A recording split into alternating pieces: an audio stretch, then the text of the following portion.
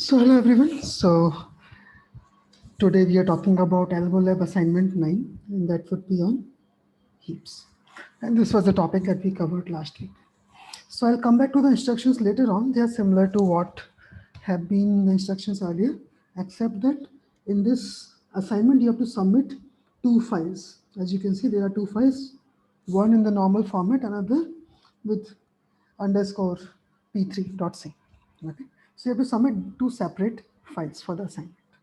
And while I will describe the three parts, please make sure you attempt part 1 and 2 before you do part 3. Okay, and actually, as I will tell, you can modify the code from part 1 and 2 and do it for part 3. Sure. So first complete part 1 and 2 and then go to part 3. Now let me discuss what is the problem. So we are actually referring back to your last worksheet. Remember, we had this problem that you have a refrigerator servicing problem facility, and that can handle one refrigerator at a time. And what is happening on a day?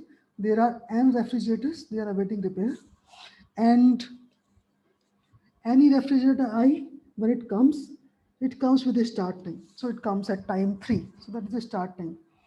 And it has a processing time. Say it will take 10 time units, so it may take 20 time units, and so on. So, and like that, in a day, there can be multiple refrigerators that are coming. Now, what the facility will do, it can only serve one request at a time. So maybe it will take refrigerator 1 and it will start processing. But maybe in between R2 has come and it wants to process R2 in between. So it can always do. It can say, okay, I will process R1 now for time step 0 at 1, I will process R1. Even if R1 is not complete, it may say, okay, at 2, I will process R2. And then at 3, I may again go back to R1. So this is all possible. You don't have to completely process a refrigerator at a time. And in that problem, we were talking about completion time. That is earliest time when JA has been run for PI time units. And we wanted to give a schedule that minimizes the completion time of all the refrigerators. Uh, okay, actually the same, this was actually the problem in the worksheet. Now we will look at it from the implementation and also from the usage of heaps. So when you will implement a schedule, it will look like this. So you have time t is equal to 0. And while there are jobs that are not completely scheduled, so some might have been scheduled, some are not scheduled. So among those, I have to choose some ji at given time t such that its start time, so its start time has already started. It has already arrived. That's all it means. It has already arrived. So at time t, whatever jobs have been arrived and that are not completely scheduled, I have to choose among these a job jm, okay, that I will schedule at time t, and then I will increment time t, and I will keep on doing that. At every time, I'll find out which job to be scheduled, and I schedule that for that time unit. Okay. Now, how do you choose a job JM among all the jobs? It's what is your algorithm, right? And that you were asked to design in your worksheet. So actually, I have mentioned the algorithm here again. So the greedy algorithm will be something like this. So you have refrigerator. So suppose any job JI, so that JI is ith refrigerator. Suppose it has been run for YIT time till now. And YIT can also be 0. That means it has not even started. Now, the greedy algorithm would be I pick JM to be a job that has minimal remaining processing time. So that is its original processing time was PI. It has been already processed for YIT. So its PI minus YIT is minimum among all i's. And this I'm also denoting as remaining length. How much processing time is remaining. And the ties, so what may happen, okay, there may be two refrigerators for which this quantity is same. So they have two and two. Two refrigerators have the same quantity. So what you will have to do, in that case, the ties can be broken based on certain convention. So in this case, we are giving you a convention. So we have a unique job ID for each refrigerator so that whenever they are ties, you will give prefer a lower job ID. Okay, so that is for breaking the time. Okay, now, so this is all about your greedy algorithm. But now, how do you implement that efficiently? Now, for implementing that efficiently, we will see that you need to use a priority queue. And actually, if you have tried with some other approach in your worksheet, that is all right, but think about what will be the complexity. And by using a priority queue, we will get a much better, much efficient algorithm. So what has to be done here? The scheduler will maintain a priority queue of jobs that are waiting to be scheduled. Okay. And now because my greedy choice is based on the remaining length of the job, this priority queue will also be a min heap. It will be a min heap and based on the remaining length. Okay, sure. So now, how am I describing each job? So now I'm now formally describing each job as having a job ID that is unique, start time, what time it first appears, the length of the job, that is how much is the processing time required, and also I'm storing the remaining length because this is the field with which I have to store that in the heap. And you are given some description. Job ID is an integer 1 to n. Start time is also an integer, so it's always getting equal to 0. And job length is the time duration for which it will have to run on the processor. So this is pi in the description, and the remaining length is the time for which the job will run on the processor. So initially what will happen when the job has arrived, its remaining length will be same as the job length, right?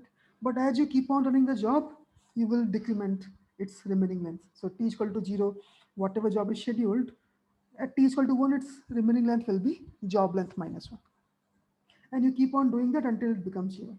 And whenever the remaining length becomes 0, the job is finished. You don't have to process that any further. So now we are talking about time units. So they are broken into interval of length 1. And you can say 0, 1 refer to time step 0 and 1, 2 refers to time step 1 and so on. Just a convention. So you have something arriving at start time t 0. If you are processing it, you are saying you are processing at time step 0. And what you have to show, you have to finally show a schedule that will tell which job has to be run on the processor at each time unit. So for example, if there were 2 refrigerators and you are saying, okay, I will run R1 in the first time unit, R2 in the second time unit, R1, R2, R1, R1. So that is your schedule. So each time step, you tell what are you running.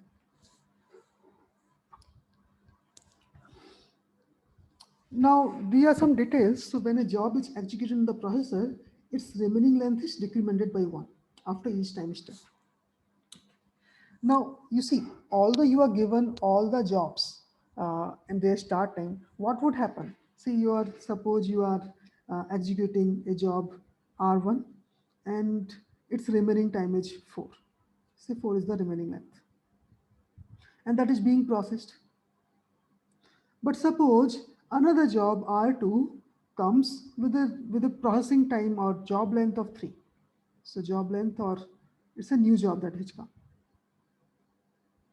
Now what you will have to do? So when the currently executing job finishes, then the case is fine. So when R1 you're processing, if it becomes 0, then it is easy. Then you say, okay, remove R1 and choose from your heap the job that has the minimum remaining length. So the scheduler, it will remove the job with the least RAM length value from the queue. That's why you are using the priority queue, because you want the least RAM length every time. Okay, and schedules it to run on the processor. Okay. So this case is easy when it becomes 0. You remove it and find out the new job that has the minimum remaining length among all the jobs that are queued. But when a new job arrives, like this case, when R2 arrives, what you have to do, you check its job duration in case 3 and with the remaining length value. So there are two cases, either it will be less than that. So if it is less than the remaining length value of y, then what you will do if it is less than that, because your greedy choice requires you to schedule the job with the minimum remaining length. So then what you will have to do, you will have to take it out, put it back in the queue with its current remaining length. Yes. So you, maybe its original was 6, but you don't care now. Remaining length is 4. Put it back in the queue and schedule it now. Start scheduling out. And otherwise, what might happen if R2 is say 5, then it is anyway larger, its remaining length is larger than what is being currently processed. In that case, you will put R2 in the scheduling queue. So these are the two cases that can happen. And of course, the tie we have told, if there are two jobs with the same remaining length value, you have to choose the one with the lower job ID. So even if R2 is 4, its remaining length is 4, you will check their job IDs and choose the one with the smaller one. And now we are asking you to compute something called a turnaround time. So how is it defined? So the turnaround time of a job is the time taken to actually start the job. Okay. So that is the time at which it first starts running on the processor minus its starts value. So for example, if R1 has a start time of 2, but you start running it on at time 3. Okay.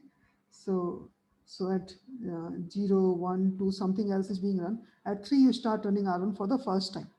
Then you say turnaround time is 3 minus 2. That is 1. So, so why we are defining, we will ask you to compute that and print. Fine. Okay. So this is all is the problem description.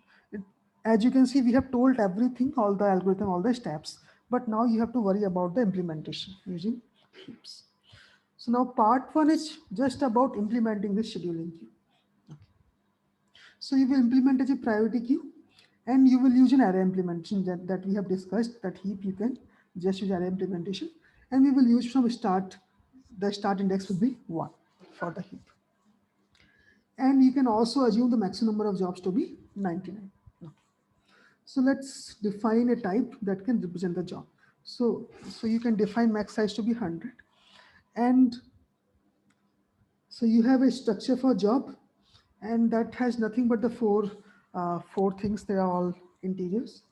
And then you define your heap that contains an array, that is an array of max size of type jobs, and it also contains the number of jobs. So this is the other two structure that you would need.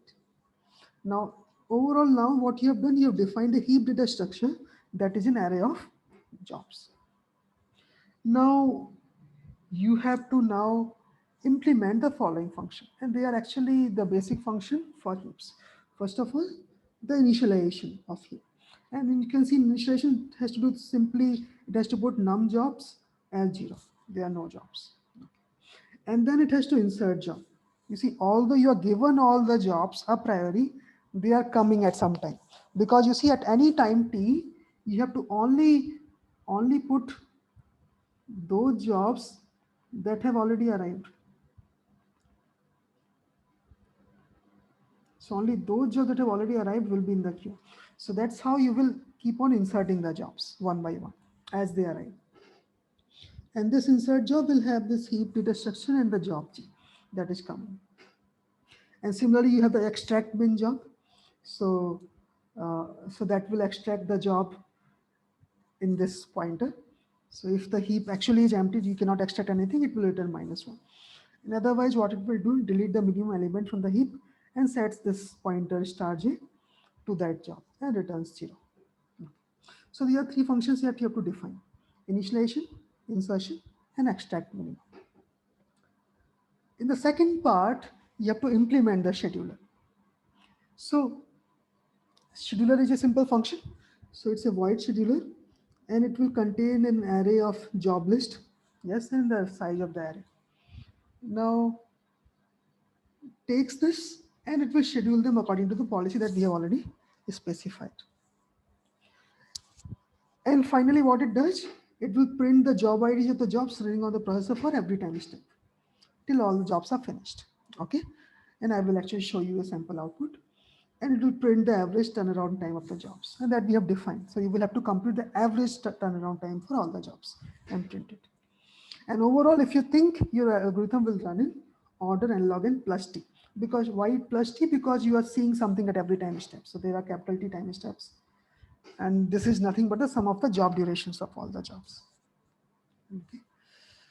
Uh, or you can also say this is actually the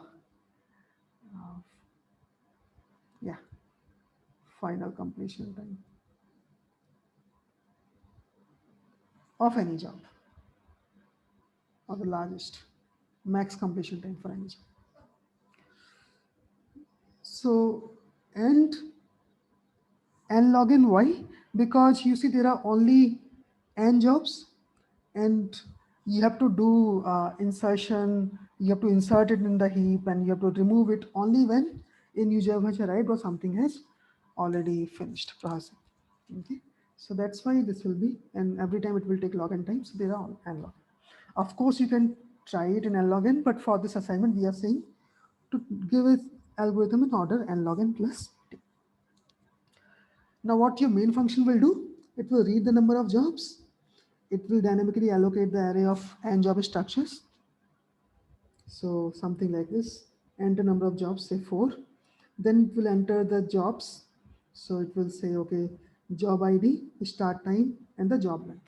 So it will enter, so 4 different values are entered. Then it will call the scheduler and print the schedule. So schedule will look like this. So time step 0, you are scheduling job 1, then 2, then 2, then 2, then 4, 4, 3, 3, then you're going back to 1, right? So that is the schedule. And then you print the average turnaround time. So why it is 1.25 here? Because you see job 1, start time is 0, and it started running for the first time at time 0. So its turnaround time is 0. Similarly for 2, start time is 1, it started running at step 1. So again 0. 3, start time is 2, but when did it start running? 0, 1, 2, 3, 4, 5, 6. It started running at time step 6. So for 3, it will be 2 and 6. So turnaround time is 4. And similarly for 4, you can compute it will be 1. And the average comes out to be 1.25. Now, important thing is that the jobs need not be sorted in any order. Okay, so you can't assume any particular sorting. And in case you have to sort them with anything, then you should use counting sort. Why? Because all of these are integers, and we are giving you that you can assume that the ranges are of the same order as the input. So that's where you can apply counting sort.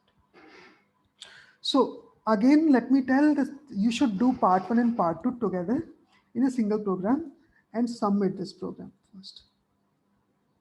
Submit this part 1 and 2 as a C file or C++.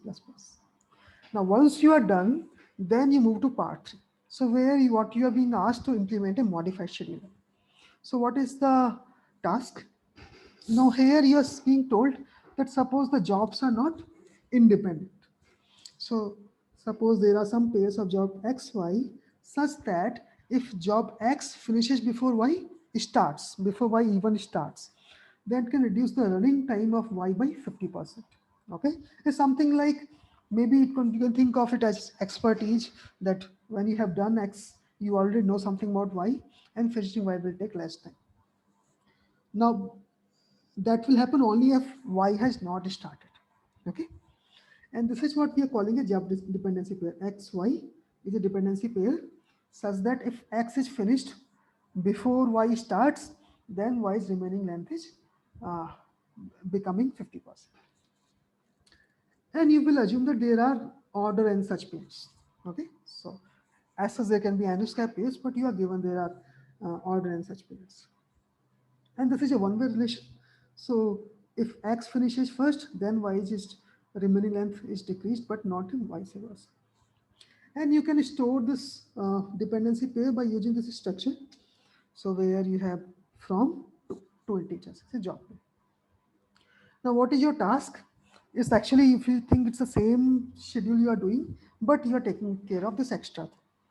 So you're doing the same schedule, same policy, but only with the change that we have mentioned. So now what may happen, that a job is there in the queue, It's in the queue, it has not started, but some other job on which it depends on finishes, then its remaining length will have to be decreased while it is in the queue. You see, it has not started. Okay, so that you have to implement how you will change its or decrease its value and maintain the queue structure again, maintain the priority queue structure again, the heap. And your function will still run in order and log n plus t time. And for that, you may have to do some changes. So we are not specifically telling you whether you have to do it or you uh, have to do it. So you have to find that out. So that's where you copy your program from part 2 and start modifying. So define a new type heap, new heap. You can take whatever was there earlier and something else that you need. And have these functions. So init heap, insert job, extract min job, they are same. But decrease key is a new function. That is for what job ID you are decreasing. So what it does, it decreases the value of the remaining length field of the job with job ID j, yes, in heap by 50%. So what it means, if it was 5, it will change to 2. We are taking a floor to maintain integers. Okay. Otherwise, if it was 6, it will remain 3. It will run to 3. And this will happen only if job J has not started yet. So this has to be very, very clear to you. If J has already started, nothing to be done. Now this, when you change this value, it may violate the heap property so that you will have to restore the heap property. Yes? And yeah, so you have to change the remaining length. If you want to change the job length, you may do it. See if you need that. Okay. And finally, write the new scheduling function. And this is the function. So you have the job list and you have the pair list. And n is the number of job list and m is the number of pair list. And that's all in this part 3. And your main function will take number of jobs. It will allocate the array, read the same things. Now read the number of dependency pairs, say 1. And then dynamically allocate the array of m job pairs, say 2, 3.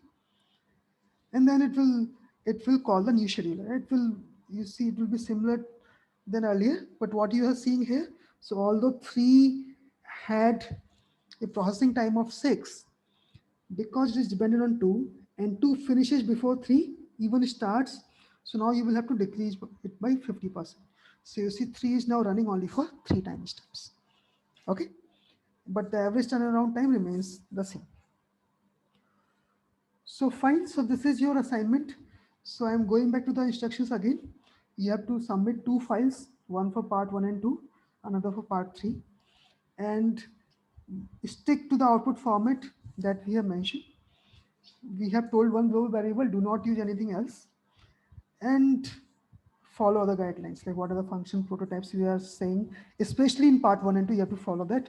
In part 3, if you want to use something else, you are fine. Okay, but part 1 and 2, you have to specifically follow the function prototypes.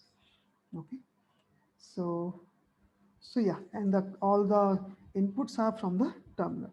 Mm, so you don't have to do file read write. Okay, then all the best.